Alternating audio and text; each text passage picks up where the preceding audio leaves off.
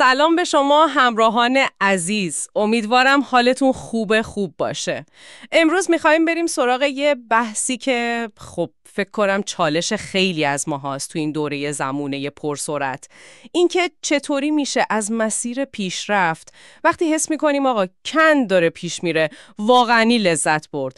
میدونم شاید اولش بگید لذت و کندی، این دوتا کنار هم یکم عجیب غریبه، ولی خب با ما باشید. میخوایم ببینیم چرا اتفاقاً این صبر کردنه، این آهسته رفتنه میتونه یه جور کلید باشه، کلیدی برای موفقیت‌های عمیق‌تر، اونایی که موندگارن. یه مهارت انگار، نه؟ مهارتی که تو این دنیای فوری فوتی واقعاً لازمش داریم. راستی اگه بار اولتونه به گفتگوهای ما سر میزنید، حتما کانال ما رو دنبال کنید، اون زنگوله کنارش هم بزنید که از بحث‌های بعدیمون جا نمونید. آره دقیقاً گفتی. این فوری بودن انگار همه جا هست. از فست فود بگیر تا ویدیوهایی که رو دور تند میبینیم، یا مثلا انتظار داریم پیام که میدیم همون لحظه جواب بیاد. انگار یه نسل بی صبر، بیقرار داره شکل میگیره که اصلا حوصله انتظار کشیدن نداره. و خب مشکل اصلی اینجاست که این بی صبری با جنس خیلی از چیزای با ارزش زندگی نمیخونه. مثلا یادگیری یه مهارت جدید، ساختن یه بدن سالم، یه رابطه عمیق، پول درآوردن درست حسابی، هیچ کدوم اینا یه شبه اتفاق نمیفته که. اینا زمان میخوان، تلاش پیوسته میخوان، صبر میخوان. و ذهنی که فقط دنبال نتیجه سریعه وقتی با این مسیرهای طولانی روبرو میشه، خب خیلی راحت جا میزنه، ناامید میشه. دقیقاً. یعنی یه جورایی یه شکاف بین توقع ما که این دنیای سریع ساخته و اون واقعیت رشد کردن. جالبه ها، طبیعت خودش اصلا استاد صبره. شما یه درخت بلوط رو ببین، چند 10 سال طول میکشه قوی بشه، یا الماس، میلیون ها سال فشار و زمان. انگار یه قانون نانوشته است که آقا چیزای موندگار با عجله درست نمیشن. این مقایسه با طبیعت به نظرم خیلی کمک میکنه که کندی رو عادی ببینیم، نه؟ کاملا. خیلی مثال خوبیه. این فقط یه حرف قشنگ نیستا. از نظر بیولوژیکی هم همینه. وقتی ما یه چیز جدید یاد میگیریم، مغزمون واقعا داره کار فیزیکی میکنه. مسیر عصبی جدید میسازه. اتصال سیناپسی رو محکم میکنه. مثل عضله ساختن میمونه. نمیشه که یه روز بری باشگاه، پدر خودتو در بیاری، بعد فردا انتظار داشته باشی آرنولد شده باشی. خب نمیشه. فشار زیاد فقط آسیب میزنه. یادگیری و رشد هم همینه. زمان میخواد، تکرار میخواد تا اون مسیر تو مغز محکم بشه. آها، پس این آهسته رفتن فقط یه انتخاب لوکس نیست. گاهی وقتا تنها راه هستن. تنها راه ساختن یه چیز درست و درمون. حالا غیر از این که گفتی پایدارتره، مزیت دیگه‌ای هم داره این آهستگی، مثلا روی کیفیت یادگیریمون یا حال خودمون. حتما. یکی از مهمتریناش به نظرم یادگیری عمیق‌تر هست. ببین، وقتی عجله نداری، وقت داری اشتباه کنی. وایسی فکر کنی چرا اشتباه کردی. راه دیگر رو امتحان کنی. این مکس ها، این تحلیل ها باعث میشه فهمت از موضوع خیلی عمیق بشه. برخلاف اون یادگیری هولولیکی که معمولاً نتیجه عجله است و خب سطحی دیگه. و یه چیز کلیدی دیگه، استرس کمتر. وقتی قبول میکنی آقا این کار زمان میبره و طبیعی هم هست، اون فشار روانی که وای پس کی میرسم، کی تموم میشه، خیلی کمتر میشه. به جاش یه حس آرامش میاد، یه پذیرش که باعث میشه خود مسیر، خود این رفتنه قابل تحمل‌تر بشه، حتی شاید لذت بخشتر. این پذیرش خودش یه جور مراقبت از خودمونه به نظرم. چقدر جالب شد. پس هم نتیجهش موندگارتره، هم یادگیریمون بهتر میشه، هم آرومتریم. واقعاً با این حساب حیفه که به خاطر عجله کردن اینا رو از دست بدیم. ولی خب سوال اصلی اینه، چطور میشه این نگاه رو عملی کرد؟ چطور میشه از این مسیر که گاهی خب طولانیه، شاید یکم هم خسته کننده به نظر بیاد، حال کرد؟ اولین قدم چیه به نظرت؟ ببین، اولین و شاید مهمترین قدم یه تغییر نگاه اساسیه. باید این لنز دوربینمون رو از اون نقطه آخر، از مقصد بیاریم روی خود مسیر، روی این فرایند رفتن. یعنی به جای اینکه هی بپرسیم چقدر دیگه مونده، کی میرسم، از خودمون بپرسیم خب امروز چیکار کردم؟ یا امروز چه چیز تازه یاد گرفتم؟ تمرکز رو بیاریم رو همین قدم‌های کوچیک روزانه. میشه یه مثال بزنی ملموس‌تر شه؟ مثلا یکی که میخواد وزن کم کنه یا یه ساز یاد بگیره، این تغییر نگاه یعنی چی دقیقاً؟ حتما. فرض کن هدف کم کردن 20 کیلو وزنه. نگاه مقصد محور چی میگه؟ میگه وای خدا هنوز 18 کیلو مونده. این آدمو دل سرد میکنه نه؟ اما نگاه فرایند محور چی میگه؟ میگه خب امروز نیم ساعت راه رفتم، غذامم سالم بود، دمت گرم. تمام شد و رفت. یا اونی که داره برنامه نویسی یاد میگیره، به جای اینکه بگه کی بالاخره میتونم یه اپ بنویسم، بگه اوکی امروز تونستم مفهوم حلقه ها رو بهتر بفهمم، یه کد تمرینی هم زدم. این تمرکز روی قدمای روزانه حس پیشرفت میده به آدم، یه حس خوب مداوم. گرفتم چی میگی. یعنی به جای اینکه هی به اون فاصله و خط پایان نگاه کنیم، بچسبیم به همین قدمی که امروز برداشتیم و کاری که انجام دادیم. خب راه دیگه ای هم هست، چون میدونی ذهن ما خیلی ناقلاست، سری برمیگرده به همون حالت عجولی قبلی. آره دقیقاً. تمرین میخواد. راهکار دوم که خیلی به این تغییر نگاه کمک میکنه اینه که پیروزی‌های کوچیک رو جشن بگیریم. حتما جشن بگیریم. ما هم معمولاً منتظریم یه اتفاق خیلی خفن بیفته تا خوشحالی کنیم. این اشتباهه. هر قدم مثبت، هر چه قدم کوچولو، ارزش دیدن و یه آفرین گفتن به خودمونو داره. مثلا چی؟ چه چیزایی میتونه پیروزی کوچیک باشه؟ خیلی کوچیک. هر چی. یعنی هر چی. امروز 5 دقیقه زودتر پا شدی از خواب، این خودش عالیه. یه صفحه کتاب خوندی با اینکه له بودی، دمت گرم. تونستی جلوی خودتو بگیری اون شیرینی رو نخوری، فوق‌العاده است. حتی اینکه آقا امروز فقط 10 دقیقه تونستی روی هدفت کار کنی در حالی که دیروز 0 دقیقه بودی، این خودش یه پیروزی بزرگ محسوب میشه. وقتی آگاهانه اینا رو میبینی و یه لحظه به خودت آفرین میگی، داری به مغزت یاد میدی که آقا پیشرفت کردن، حتی کمش، حال میده. این دوپامینه، این حس خوبه، خودش بنزین میشه برای ادامه راه. این خیلی نکته خوبیه. انگار باید یاد بگیریم این دستاوردهای ریزه میزه رو الکی کوچیک نشماریم. خب تا اینجا در مورد اهمیت این آهستگی گفتیم و 2 تا راهکار عملی. یکی تمرکز روی فرایند به جای مقصد، دومم جشن گرفتن این موفقیت‌های کوچولو. حالا یکم هم از شما بشنویم. شما معمولاً آدم صبوری هستی تو این مسیرها یا زود بیقرار میشید؟ اصلا راهی پیدا کردید که از این مسیرهای طولانی لذت ببرید؟ حتما تجربتون رو تو بخش نظرات برامون بنویسید. خوندن داستانای شما هم برای ما هم برای بقیه شنونده ها واقعا میتونه کلی الهام بخش باشه. آره حتما بنویسید. این به اشتراک گذاشتن تجربه ها خیلی کمک میکنه. خب اگه بخوایم ادامه بدیم راهکارا رو، نکته سوم که خیلی فشار رو کم میکنه اینه که خطکش اندازه‌گیریمون رو عوض کنیم. به جای اینکه خودمون رو با بقیه مقایسه کنیم که خیلی رایج متاسفانه، بیایم خودمون رو با گذشته خودمون مقایسه کنیم. این تنها مقایسه درست و مفیده. این مقایسه با دیگران که دیگه تو عصر اینستاگرام و اینا یه تله واقعیه. طرف چه مسیری اومده، چقدر زمین خورده، اصلا شرایطش چی بوده. هر کسی داستان خودش رو داره، نقطه شروعش فرق میکنه، سرعتش فرق میکنه.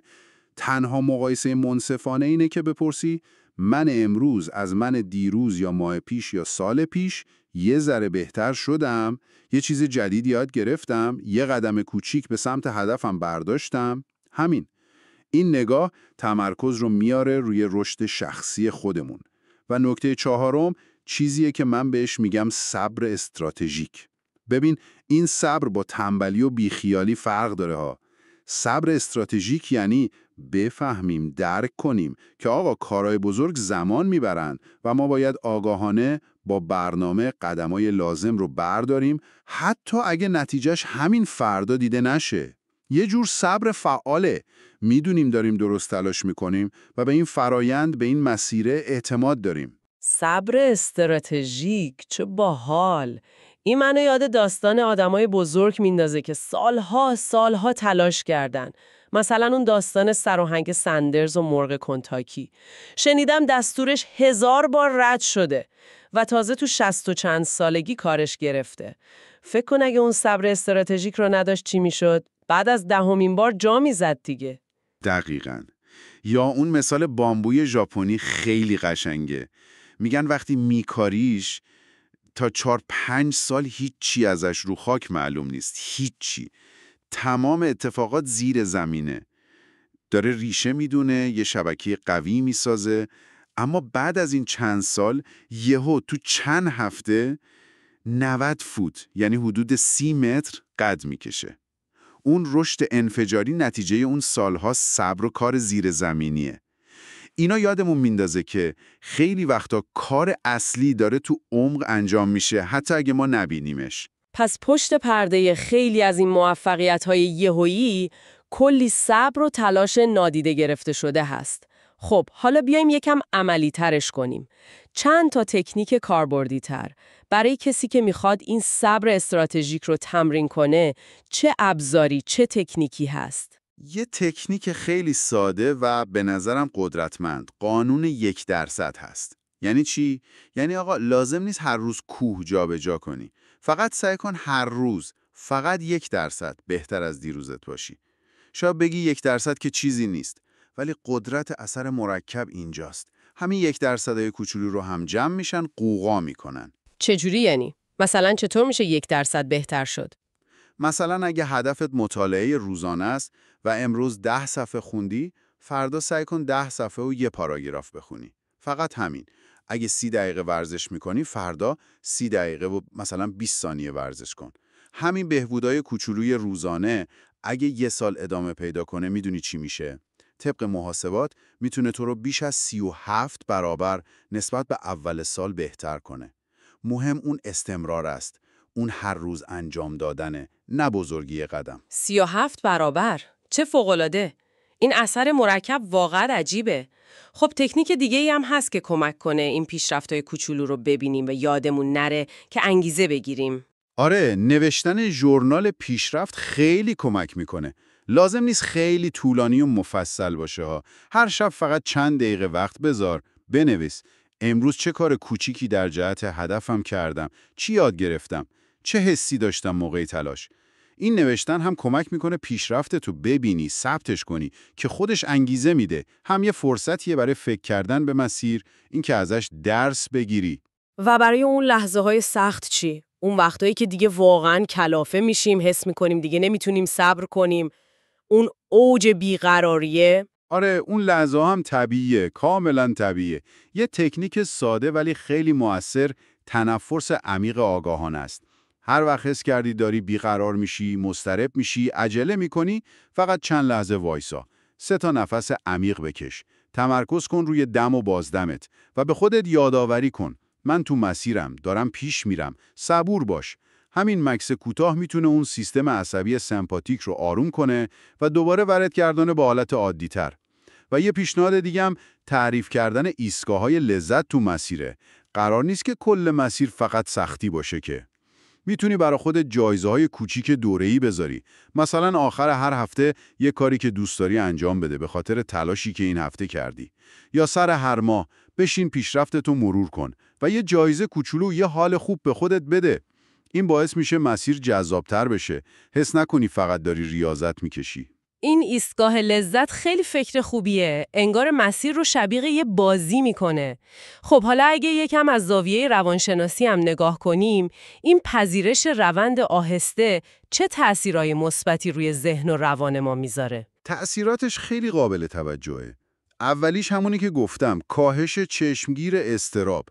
خلاص شدن از اون فکر دائمی چرا نمیرسم، چرا انقدر کنده، خودش یه آرامش بزرگی میاره.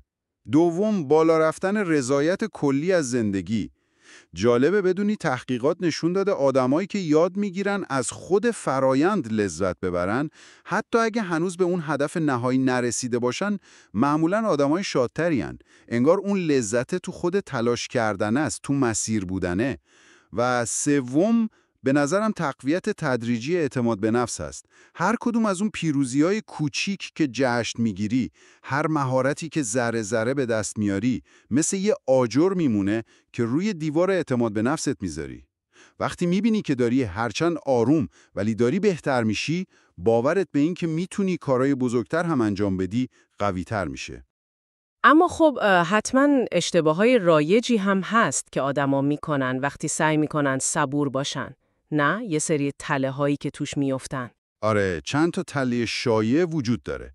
اولی همون مقایسه با دیگران بود که گفتیم و باید خیلی آگاهانه ازش فرار کرد.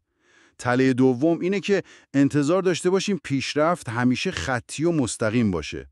همیشه رو به بالا، در حالی که مسیر پیشرفت هیچ وقت اینجوری نیست. پستی و بلندی داره، دوره‌های رشد سریع داره، دوره‌هایی که انگار درجا میزنیم، حتی گاهی وقتا لازمه یه قدم بریم عقب. اینا همه طبیعیه. مهم اینه که اون روند کلی تو بلند مدت صعودی باشه. نباید با هر توقف یا عقب گردی کل داستان رو زیر سوال برد.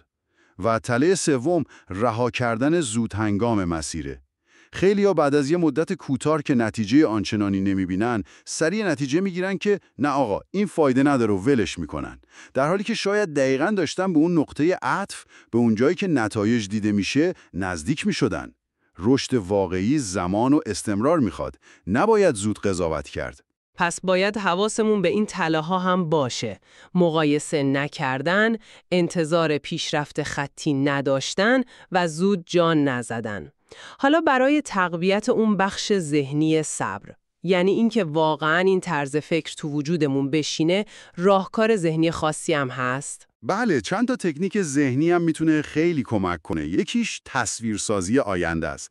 یعنی روزی چند دقیقه، فقط چند دقیقه، چشاتو ببندی و خودتو تصور کنی که به اون هدف رسیدی یا اون مهارت رو کسب کردی. چه حسی داری اون موقع؟ چه کارایی میتونی بکنی؟ این تصویرسازی کمک میکنه اون انگیزه اولیه زنده بمونه و یادت نره اصلا برای چی داری این مسیر رو میری. یه تکنیک دیگه یادآوری چرایی شروع هست. هر وقت حس کردی داری سرد میشی، داری ناامید میشی، از خودت بپرس اصلا من چرا این کارو شروع کردم؟ چی میخواستم؟ رسیدن بهش چقدر برام مهمه؟ دوباره وصل شدن به اون دلیل اصلی، به اون چرایی، خیلی وقتا میتونه دوباره موتور آدم رو روشن کنه. و خب همون که قبلا هم گفتیم، فعالانه دنبال پیدا کردن لذت تو خود فرایند باشیم. ببینیم چجوری میشه اون کاری که باید انجام بدیم رو برای خودمون جذابترش کنیم.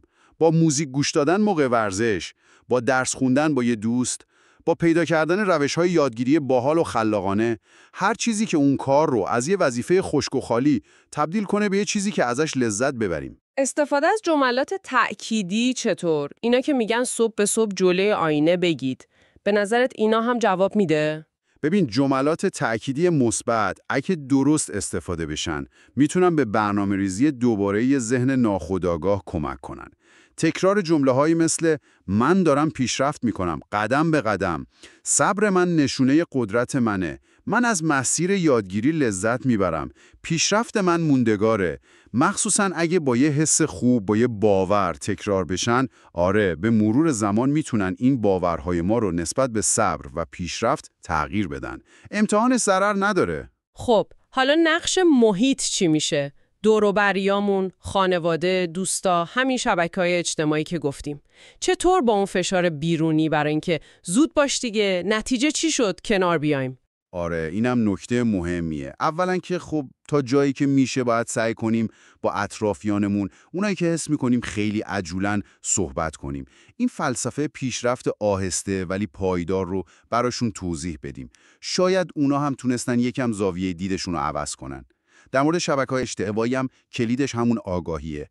باید هی به خودمون یادآوری کنیم که چیزی که اونجا می‌بینیم فقط ویترین قشنگ ماجراست، نه همه داستان. پشت هر عکس موفقی کلی عرق ریختن و زمین خوردن و زمان هست که ما نمی‌بینیم. پس اصلا منطقی نیست خودمون رو با اون تصاویر فیلتر شده مقایسه کنیم. و اگه بخوایم یه قانون طلایی اصل اساسی برای این پیشرفت آهسته تعریف کنیم، اون چی میتونه باشه؟ به نظر من قانون طلایی چیزی نیست جز ثبات قدم و استمرار. همین. مهمتر از این که چقدر سری میری اینه که پیوسته بری. هر روز یه قدم کوچیک برداری. حتی تو روزایی که اصلا حسش نیست، داغونی. سعی کن فقط یه کار خیلی خیلی کوچیک در جهت هدفت انجام بدی. فقط برای اینکه اون زنجیره پیوستگی پاره نشه. یادت باشه 10 دقیقه تلاش هر روز خیلی خیلی قوی‌تر از 2 ساعت تلاش یه روز در هفته و بعد ول کردنشه. این استمرار است که معجزه میکنه. پس کلید اصلی آهسته و پیوسته رفتنه که دقیقاً برعکس اون چیزیه که این دنیای مدرن هی تو گوش ما میخونه که سریع باش، سریع بهتره. ولی خب مثال نقضش هم دور و برمون پره، نه؟ رابطه‌هایی که زود شروع میشن، زودم تموم میشن، پولایی که یهو میاد و یهو میره، مهارتایی که فشرده یاد میگیریم و 2 روز بعد یادمون رفته. دقیقاً. همینه. باید این پارادایم، این طرز فکر رو برای خودمون جا بندازیم که آقا آهسته ولی عمیق و مطمئن خیلی با ارزش‌تر از سریع ولی سطحی و شکننده است. کیفیت و پایداری خیلی مهمتر از سرعته. بسیار خوب. فکر کنم به یه جمع‌بندی خیلی خوب رسیدیم. اگه بخوایم یه مرور سریع کنیم، مهمترین نکته این بود که زندگی مسیر، نه فقط مقصد، و باید یاد بگیریم از خود این مسیر لذت ببریم. قبول کردن این پیشرفت آهسته کمک میکنه یادگیریمون عمیق‌تر بشه، رشدمون پایدارتر باشه، استرس کمتری داشته باشیم و در نهایت خب رضایتمون از زندگی بیشتر بشه. و به عنوان یه پیشنهاد عملی کوچیک برای شمایی که تا اینجا با ما بودید، از همین امروز یا فردا یه هدف یکم بلند مدت‌تر، مثلا 6 ماهه، 1 ساله برای خودتون انتخاب کنید، بعد بیاید اون رو به قدم‌های خیلی کوچیک روزانه یا نهایتاً هفتگی تقسیم کنید. یه دفترچه کوچیک بردارید و هر روز اون قدم کوچیکی که برداشتید رو بنویسید. آخر هفته هم یه نگاه بهش بندازید و یه تشکر از خودتون بکنید برای تلاشی که کردید. و از همه مهمتر، عجله نکنید. سعی کنید از این مسیر ساختنه، این یاد گرفتن لذت ببرید. دقیقاً. و پیام نهایی منم اینه که پیشرفت آهسته اصلاً چیز بدی نیست. اتفاقاً یه رویکرد خیلی هوشمندانه است برای ساختن چیزای با ارزش و موندگار. چیزایی که ریشه دارن و به این راحتی‌ها از بین نمیرن. و یه سوال هم برای این که بیشتر بهش فکر کنید شما شنونده عزیز. توی مسیری که الان دارید میرید، کدوم بخش از این فرایند هست که شاید تا حالا نادیدش میگرفتید ولی میتونه براتون یه منبع لذت یا یادگیری جدید باشه؟ چطوری میتونید همین امروز یه ایستگاه لذت کوچولو، یه جایزه ساده برای خودتون توی این مسیر تعریف کنید تا سفرتون یکم شیرین‌تر بشه؟ عالی بود، واقعا ممنونم. امیدوارم این گفتگوی ما تونسته باشه یه نگاه تازه‌ای بهتون بده در مورد صبر و پیشرفت و براتون مفید بوده باشه. یادتون نره که تعامل شما برای ما خیلی مهمه و بهمون انرژی میده. اگه از این گفتگو خوشتون اومد، حتما کانال ما رو دنبال کنید و اون زنگوله رو هم فعال کنید که از گفتگوهای بعدیمون با خبر بشید. لایک شما هم کمک میکنه این محتوا به آدمای بیشتری نشون داده بشه. ممنون میشیم لایک کنیم و از همه مهمتر توی بخش نظرات برامون بنویسید شما الان تو چه مسیری دارید آهسته ولی پیوسته میرید. اصلا تجربه ای از صبر کردن و دیدن نتیجه این پیشرفت آهسته داشتید؟ مشتاقیم نظرات و داستاناتون رو بخونیم. و خب مهمتر از شنیدن عمل کردن دیگه. از همین فردا یه قدم کوچیک در جهت یکی از هدفاتون بردارید و این بار تمرکزتون رو بذارید روی کیفیت، روی استمرار و روی لذت بردن از مسیر، نه فقط سرعت. همونطور که قدیمی‌ها میگفتن رهروان است که آهسته و پیوسته رود. مراقب خودتون باشید و یادتون نره هر قدم کوچیک خودش یه پیروزی بزرگه. تا گفتگوی بعدی، خدا نگهدار.